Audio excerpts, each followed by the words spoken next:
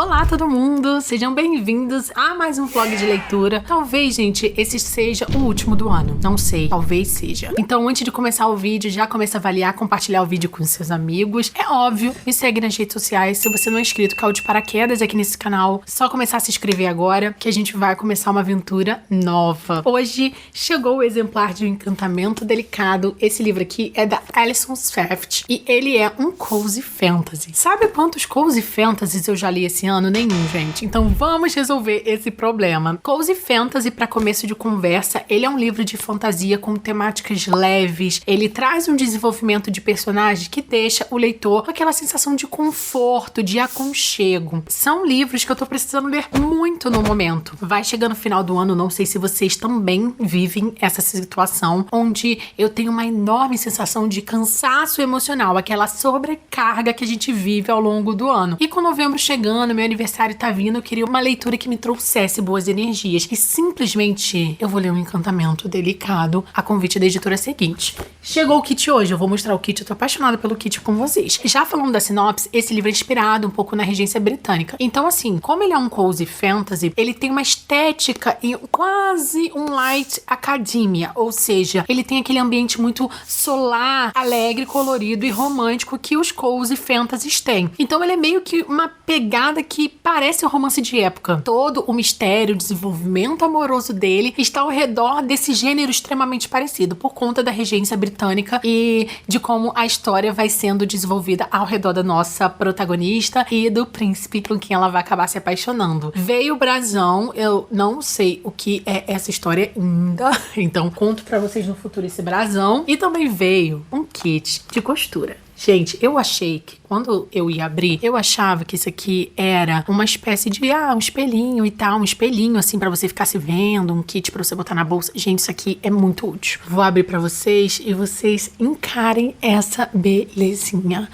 Tem de tudo pra você levar na bolsa, vai que dá um B.O. numa viagem. Achei perfeito. Isso aqui, ó, um dos melhores brindes que eu recebi de editoras recentemente. Amei a ideia, muito bom. Mas vamos retornar pro livro. Esse livro vai contar a história da Nia. Basicamente fala aqui que ela tem um talento muito especial, né? Toda a roupa que ela costura é confeccionada com as melhores emoções e lembranças de quem vai vesti-la. Então confere a peça algo completamente único, né? E aí o Kit, o príncipe de Everland, está prestes a se casar. E a Niamh, eu acho que é Niamh, ela é convocada à corte para produzir todo o guarda-roupa real do casamento. E aí é óbvio que um pouquinho do que eu imagino é que ela é de um reino muito pobre, então eles vão ter essa grande disfunção de classes, né? Isso mesmo, os nobres de Everland, eles são cruéis, especialmente com uma jovem nascida em um reino pobre e rebelde como Matchland. E o Kit, que é o noivo super mal-humorado, temperamental, ele não facilita em nada o trabalho dela, só que contra todas as possibilidades vai surgir algo entre eles. Ó, que bonitinho. Só que o Kit, ele precisa cumprir o seu dever como príncipe, né? E a Niamh precisa voltar pra casa e cuidar de sua família e não viver um conto de fadas. Será que vale a pena acreditar em um sentimento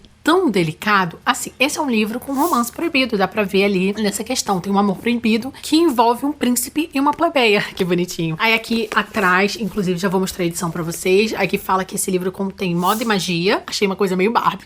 Adorei. Paixão avassaladora, conspirações políticas, vai me ganhar bastante aqui. Bailes reais, vai me ganhar bastante aqui também. E roupas que deixam a gente invisível. Me ganhou muito. A edição eu achei fantástica. Ela tem esse aspecto de ser quase que um portal. Achei a coisa mais linda do mundo.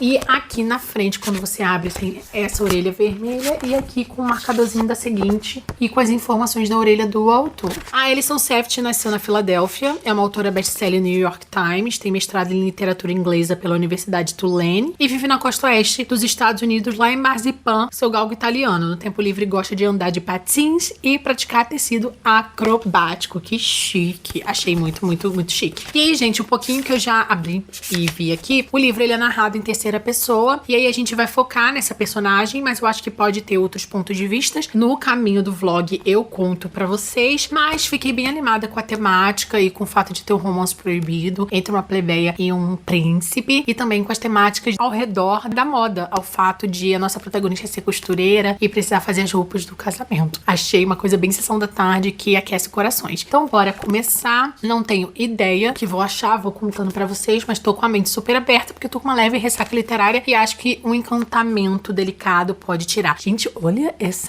arte. Sério, uma pausa pra essa capa.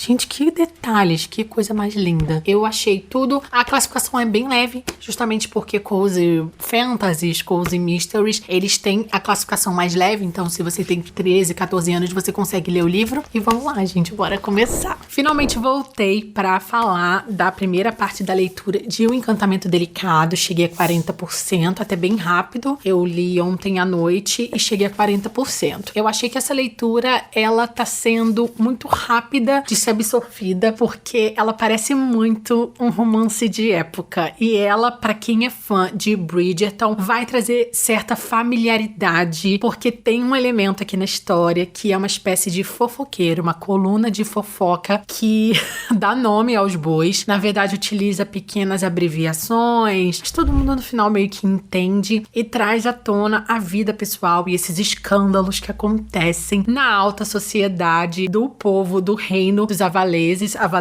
eu acho que é assim de Avaland, né? E eu estou encantada.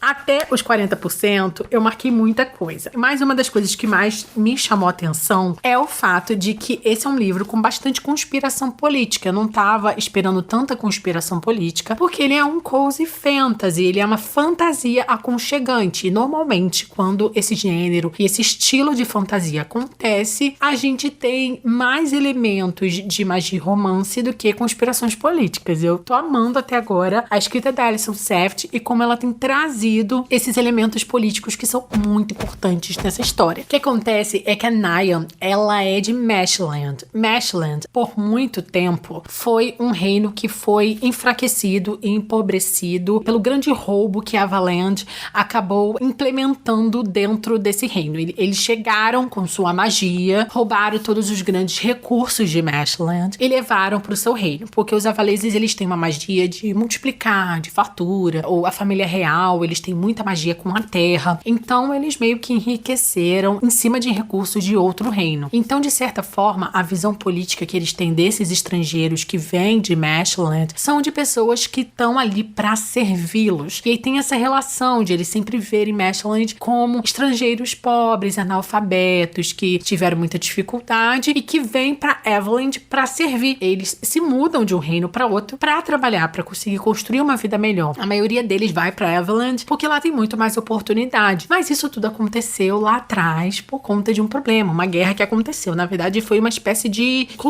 colonização, na verdade, né? Essa é a verdade. As línguas são diferentes, mas a nossa protagonista consegue falar a língua de Avaland com muito sotaque. E por ser estrangeira, ela sofre alguns momentos aqui com umas xenofobias escancaradas. E aí tem esse aspecto social da protagonista que é estrangeira, né? E a gente vai ter esse amor proibido entre essa costureira que chega pra atender o reino de Avaland pro casamento do príncipe, do irmão mais novo do príncipe regente. E aí a gente tem essa questão da magia, né? Porque a magia da Niam, ela é um elemento super importante na história, não só pra moda, pra arte, pra costura dela. Afinal, ela utiliza a magia dela pra costurar roupas que conseguem manipular as emoções, traduzir sentimentos. Então, ela pode fazer um vestido com muito ódio e as pessoas terem muita raiva da pessoa que o veste. E vice-versa. Pode trazer muitos sentimentos, muitas intuições e acabar utilizando a sua roupa quase como uma magia extra. Isso é que faz se destacar no meio de Avaland e que acaba sendo contratada pelo rei Jack, que é o irmão mais velho do Kit. E o Kit tá pra casar com uma princesa e quando a princesa chega, a costureira, a Niam, ela vai ter que atender não só ao rei e ao príncipe que vai casar, como também essa noiva, essa princesa que chega de outro reino pra esse casamento arranjado. Gente,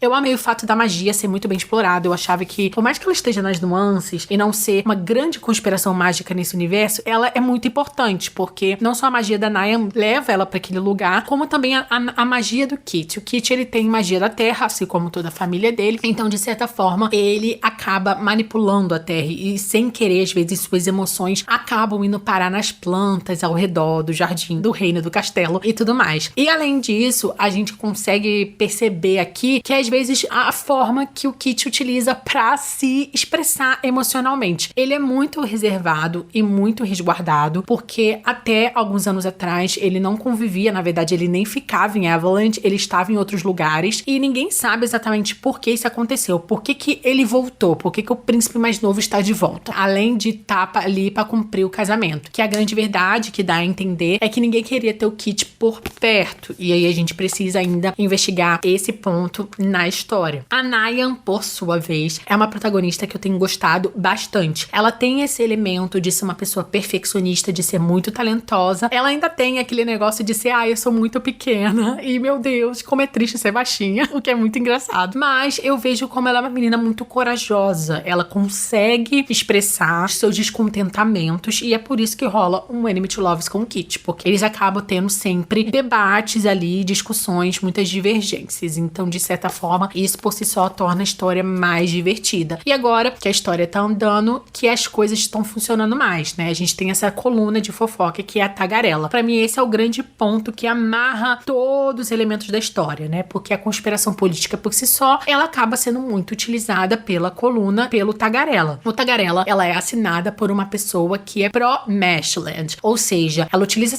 essa coluna de fofoca também pra criticar o governo do Rei Jack e utilizar, inclusive, uma forma de manipular o povo a perceber como o governo dele é ruim. E isso, de certa forma, é positivo para os rebeldes, mas também acontecem pequenas confrontações políticas por parte do povo de Mashland dentro do castelo, porque tem muitos servos de Mashland no castelo, a maioria dos servos são de lá. Então eles também estão ali ao redor, né? Então rola um confronto, uma conspiração completamente política que a Naya pode se infiltrar por ser de Mashland ou não. Vai ser uma escolha dela por onde ela quer seguir e se o Jack realmente é um rei bom de fato ou não. A gente ainda não entendeu exatamente se ele é o bonzinho na história ou se ele é o rei que é muito brutal, controlador, ou se o Rei Jack vai querer seguir um caminho de apoio aos estrangeiros de Mashland e se ele realmente vai fazer alguma coisa pra tentar compensar esse povo por anos e anos de roubo por parte do governo de Everland. Então é isso. A partir de agora, a história, o romance vai engrenar. As coisas estão se aprofundando, que tá me agradando bastante. Eu vejo, assim, por parte da protagonista, esse romance ficando cada vez mais intenso, assim. A gente vê isso em todos os detalhes. Kit e a Nayan acabam sempre tendo que conviver muito, porque ela tá sempre tirando medidas e fazendo prova de roupas com ele, então ele sempre tá indo parar no ateliê dela, mas às vezes ele também acaba levando pra lugares, então eu tô achando muito interessante. Inclusive, tem bailes aqui e ela tá sendo convidada pra todos eles. Teve um lance aqui que ela precisava ali estar perto dele, mas tem um lance da reputação, dos escândalos, de tudo que pode acontecer e ele tentou protegê-la. Gente, que coisa mais bonitinha. Esse é uma coisa meio romance de época, entrega demais nesse aspecto. Os jogos, as brincadeiras deles, da família, dos amigos do Kit. Ai, eu tô apaixonada. Eu só quero que não acabe, gente. Tô quase chegando na metade e eu não quero que acabe.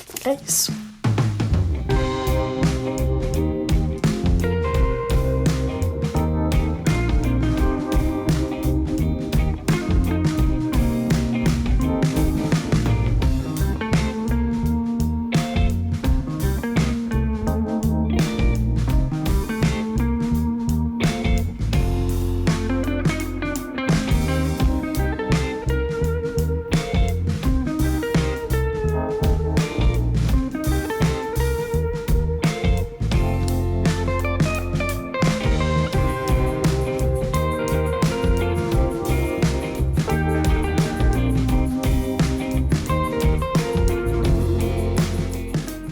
Enfim, cheguei aí à parte 2 do livro, cheguei a 60%. Tem muitas coisas a dizer, gente. Muitas coisas. A primeira delas é que eu achei que eu ia me irritar com o príncipe, né? Porque o príncipe, ele é um personagem especificamente complexo, né? Ele usa a magia dele. O príncipe Kit Carmine, ele é um príncipe que, ao longo dos anos, ele utilizou muito a sua magia pra se esconder. Essa é a verdade. Pra se proteger das nuances da natureza familiar, né? Importante entender que houve a calamidade. A calamidade foi esse evento que destruiu o Mashland e fez com político que os Mashlazes acabassem indo pra Avalanche e que corroborou nesse evento histórico que fez com que houvesse essa grande divisão. Quem comandou a calamidade foi o pai do Kit, o rei Albert III. Quando ele teve os filhos dele, Jack sendo o filho mais velho, que hoje é o príncipe regente, porque o pai deles não morreu. O pai deles tá doente, na reta final da vida, isolado num castelo. Então não lida muito bem com os filhos, foi um péssimo pai, muito violento, de certa forma abusivo também com os meninos. Então os garotos cresceram com uma casca específica, né? Jack, que é o irmão mais velho, lida com tudo isso de uma forma muito diferente. Até mesmo como o irmão mais velho acaba se preparando melhor psicologicamente pra proteger o irmão mais novo, que é algo que acontece bastante com o Kit. O Kit, de certa forma, teve essa proteção, mas você vê que no fim, gente, todo mundo foi afetado por esse evento, no caso, a galera de Avalanche e a família real e esses meninos, mais psicologicamente por conta de como o pai atuava como rei, como marido, e ainda tem o fato da mãe deles também, a rainha, né, ter morrido alguns anos atrás. Tem aqui os eventos explicando como que aconteceu e é bem tenso, é bem doloroso, assim, mostra por que o Kit criou toda essa casca ao redor dele. Ele utiliza muito não é nem da arrogância ou da prepotência, mas ele acaba sendo muito espinhoso pra fazer um trocadilho com a própria magia da terra que ele detém. E acaba criando camadas e camadas de proteção ao redor dele. Então, é muito legal, logo nos 50% do livro, bem no meio, rola algo, gente. Sensacional. O que acontece nesses capítulos? Foi incrível. Foi os personagens se abrindo de fato, finalmente avançando nessa dinâmica romântica e pessoal. Você vê que o Kit, ele precisa se curar de muitas coisas. A Naya é uma personagem que não se abre muito pra eles. Ela tá ali pra servir todo mundo como uma costureira real. Então você vê que ela nunca tá colocando os problemas dela pra fora pros outros personagens. Até que ela se aproxima da Miriam. A Miriam é uma aia, praticamente, uma melhor amiga aí da Rosa, que é a princesa de Castile que vai se casar com o Kit, né? É uma noiva, ela é toda gótica, só usa vestidos pretos, porque é a última moda em Castile, ela é bem fria, é bem difícil ter contato com ela, a Rosa quase não se abre. A única pessoa que realmente fala com ela é a Miriam, só que a Miriam, gente, pelo que eu entendi, ela também é Mashleza, vou confirmando com vocês ao longo da história, e ela acaba se aproximando bastante da Naya. Eu acho que pelas duas acabarem sendo servas real, elas acabam encontrando um lugar comum e se aproximando bastante. Com a Miriam, a Naya se abre muito, e é ali que elas têm conversas mais profundas sobre os eventos aqui. E aqui, logo nos 50%, a gente também vai ter um evento político muito importante que vai mostrar como a autora, que é a Alyson, ela tá completamente comprometida com as conspirações e o arco político desse universo. Os Mashlazes, os criados, né, eles fazem uma espécie de greve e aí tem toda uma espécie de manifestação e aí aquilo, você fica com muita raiva do Jack, cara. É um rei, assim, o irmão mais velho do Kit, que você sabe que ele tá fugindo dos problemas que estão ali escancarados, só que o cerco tá se fechando. É impossível não sentir um ódio desse personagem, porque o Jack, ele é rei, e tudo que tá acontecendo com os Mashlazes, e até mesmo como que o Kit lida com a existência dele, é um pouco da mão e do dedo do Jack, sabe? Como irmão mais velho, eu sei que ele lida pior com as situações, e ele, assim, gente, ele se preocupa com umas coisinhas, mas faz sentido ele ser assim. Ele é o rei, e ele precisa ter um arco de redenção aqui nessa história. Eu espero que exista, porque ele é casado com uma princesa, a Sofia, que é de um outro reino, um reino gelado e tudo mais, de uma magia do gelo. Ela tem os cabelos brancos, assim, e dá pra ver que é uma rainha muito solitária, né? Uma princesa muito solitária, muito triste, e que precisa, assim, ter um arco de feliz para sempre. Eu tô muito na dúvida se esse lance do casamento de Jack com a Sofia vai ser bem abordado na segunda parte do livro. Cheguei aos 60%, houve alguns momentos em que isso é mais abordado, mas é interessante a gente entender até onde a autora pode decidir aprofundar os outros problemas dos personagens secundários, ou se nessa segunda parte, principalmente que agora vai entrar o ato 3, então ela tem que focar bastante agora no desenvolvimento romântico, porque a gente teve uma virada aqui e ela precisa acontecer. Agora, gente, não tem mais como voltar. Eles acabaram se abrindo bastante aqui, teve o primeiro beijo. que foi lindo, diga-se de passagem, que cena, mas acaba colocando os dois em locais muito conflituosos nessa história, né? Porque Kit tá com um casamento arranjado, o rei, o pai da princesa Rosa, que vai casar com Kit, o pai dele é insuportável, é um rei tirano, ele tem todo esse aspecto de ser extremamente dominador e controlador. E é legal como a Alyson trabalha alguns temas de abandono parental, desse narcisismo por parte de pais extremamente poderosos, e tem outros temas que aos poucos vão sendo aqui esmiuçados, que são muito, muito bons. Eu gosto da forma como ela fala da identidade romântica de cada um. Dá pra ver que os protagonistas aqui são queer. Eu acho que tanto a Naya quanto o Kit são bissexuais, então existe essa nuance, assim, que vai sendo explorada ao longo do desenvolvimento romântico deles. Eles acabam conversando bastante sobre isso. Tem a parte do Sinclair, que é o Gabriel Sinclair, que é o melhor amigo do Kit e que sofre muito nessa sociedade porque eu acho que ele é um menino gay. Não ficou muito claro nisso. As palavras aqui, elas não são colocadas em pauta, mas eu acho que fica muito claro e ver como ele também sofre bastante por conta disso e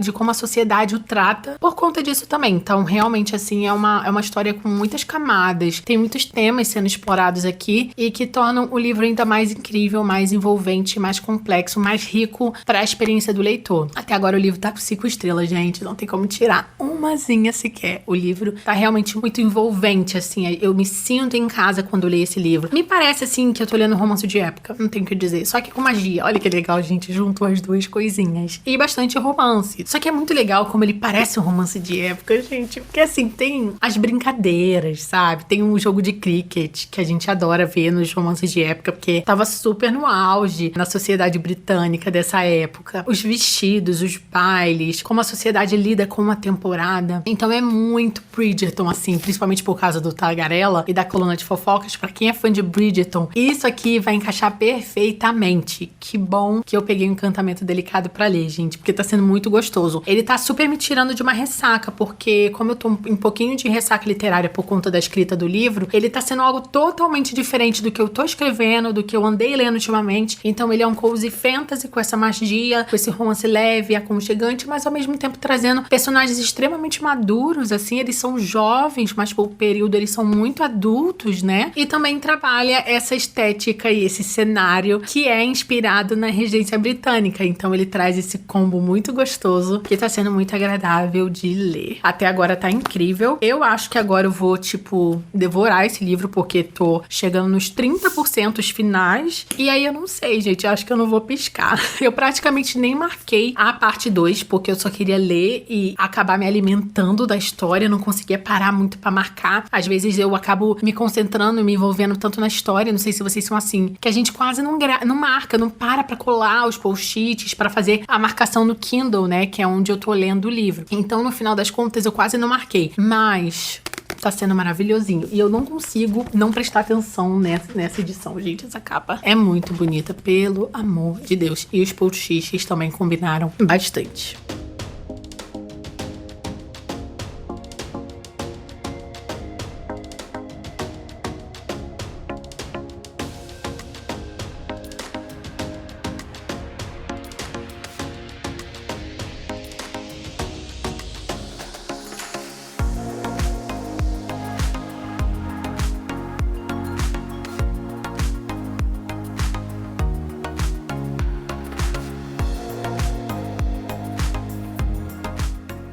Bem, gente, eu finalmente cheguei ao fim de Encantamento Delicado. Eu tô em choque com algumas coisas, mas com algumas eu cheguei a teorizar, então a gente caminhou bem na leitura. Esses últimos 30% foram super incríveis. Foi uma coisa acontecendo atrás da outra. Você não via os capítulos passar, foram os últimos 10 capítulos da história. Eu fiquei completamente presa a cada segundo desse universo, desse acontecimento. Ele realmente me parecia toda aquela vibe de um romance de época bem trabalhado, os casamentos, os duelos, as grandes reviravoltas, descobrindo quem está por trás da coluna de fofocas. É perfeito pra quem é fã de Bridgerton. E ao mesmo tempo, ele traz aquela magia, aqueles conflitos mágicos que te prende demais, que você fica fissurado. A escrita da Alison Safdie é muito boa, é muito gostosa, e você vê ela entregando isso, tanto nas cenas de ação, nas cenas em que ela faz conflitos da natureza, principalmente por conta da magia do Kit, como ela funciona visualmente, assim, as descrições são incríveis e nas cenas de conflito ela entregou demais, assim, é um livro muito bem feito, eu amei do início ao fim, cada segundo desse final. Eu realmente me surpreendi com as grandes reviravoltas, as revelações e as resoluções românticas desse livro, porque o legal apresentar aqui pra vocês é que tem muitas camadas nesse universo envolvendo questões românticas, né? A gente tinha aqui as problemáticas que focavam no desenvolvimento amoroso da Naya e do Kit, mas a gente também tinha problemas amorosos envolvendo Jack e a Sofia e também outro possível casal, que até então tava meio que eu ficava,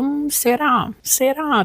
Talvez. Criava uma teoria, isso aqui. E aí, de repente, tudo fez sentido, se encaixou perfeitamente e eu amei a resolução amorosa de todo mundo. Eu achei, muito satisfatório. Tem um excelente final feliz, então acho que vocês têm, assim, que ir com muita expectativa nesse fim. E eu amei as grandes reviravoltas do Kit. O Kit, por si só, ele é um personagem masculino severo, com emoções muito bem escondidas e que não ficavam muito claras para os leitores, dependendo do nível aonde a história estava. Logo nesses últimos 30% da história, ele se rasga ao meio, para não ter outras palavras. Kit se entrega à natureza das emoções, às questões da sua própria magia. Ele nunca soube entender exatamente o que ele queria. E o tempo todo, a Naya é essa pessoa que impulsiona ele a despertar essa vontade de ceder aos seus próprios desejos e às suas próprias vontades, os seus próprios sonhos, porque pensa, príncipes, né, gente? Eles estão ali para cumprir ordem, para cumprir acordos políticos, para seguir um jogo, um grande jogo que tá por trás desse esquema e que alimenta esse poder através de gerações. E o Kit, ele quer, na verdade, o Kit, para ser feliz com a Naya, ele tem que quebrar esse ciclo. Então, de certa forma, foi muito satisfatória essa resolução também. O clímax é avassalador. Eu amei. E a Naya, por si só, ela é uma protagonista que é assim, ela é jovem, todos os sofrimentos a amadureceram, só que pra muitas coisas não. Pra muitas coisas ela não sabia o sabor da coisa, sabe?